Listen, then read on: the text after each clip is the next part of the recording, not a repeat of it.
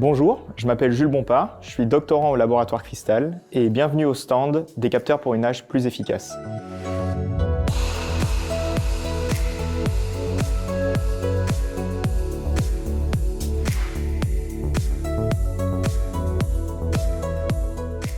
Quand on nage le crawl, on peut diviser sa nage en 4 parties différentes. Il va y avoir le moment où on va mettre le bras en dehors de l'eau, le moment où on va rentrer dans l'eau, le moment du tirage et le moment de la poussée pour les professionnels. Chacune de ces parties de la nage doit avoir un delta de temps à respecter. Alors c'est des directions, ce ne sont pas forcément des temps précis puisque chaque nageur va nager différemment, mais c'est temps d'exécution ou en fait conditionner le type de nage qu'on souhaite adopter. Un nageur d'endurance va par exemple avoir une entrée dans l'eau qui va être très longue pour pouvoir économiser de l'énergie tout en gardant une posture hydrodynamique, alors qu'un nageur de 50 mètres, un nageur de sprint, va nager de manière très efficace mais sans garder d'entrée dans l'eau. Ces données sont importantes pour les entraîneurs pour qu'ils puissent corriger leurs athlètes pendant les entraînements mais aussi pendant les compétitions. Et c'est justement ce qu'essaye de faire le laboratoire Cristal, trouver un moyen de collecter ces données de manière automatique pour que l'entraîneur n'ait plus à le faire.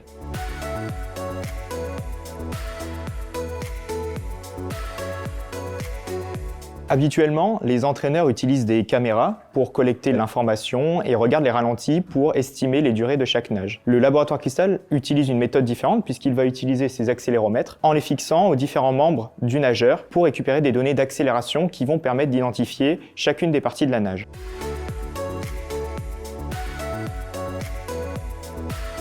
Une fois les données récoltées, le chercheur doit réaliser la même tâche que l'entraîneur. Il doit séparer les différentes parties de la nage en observant les données récoltées par le capteur. Ces données, une fois collectées et labellisées, sont ensuite utilisées pour entraîner un réseau de neurones. Le réseau de neurones fonctionne de la même manière qu'un cerveau humain, par essai-échec. Comme il est réglé aléatoirement, les premières réponses qu'il va donner seront forcément erronées. Mais il s'entraînera petit à petit, au fur et à mesure des données qu'il aura utilisées pour s'entraîner, grâce à un recalibrage de ses paramètres.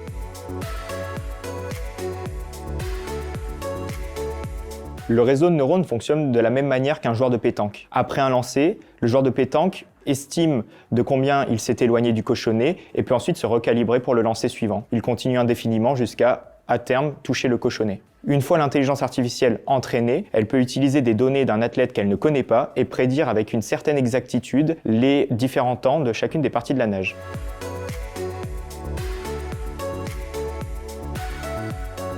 Pour l'instant, les modèles du laboratoire Cristal ne fonctionnent que pour le crawl. Il faudra dans le futur développer de nouveaux modèles qui puissent fonctionner pour la brasse, le papillon ou le dos crawlé. Il faut également penser à chercher des modèles qui puissent s'adapter aux paranageurs et à tous les handicaps possibles. Le but est que ces systèmes soient accessibles à tous.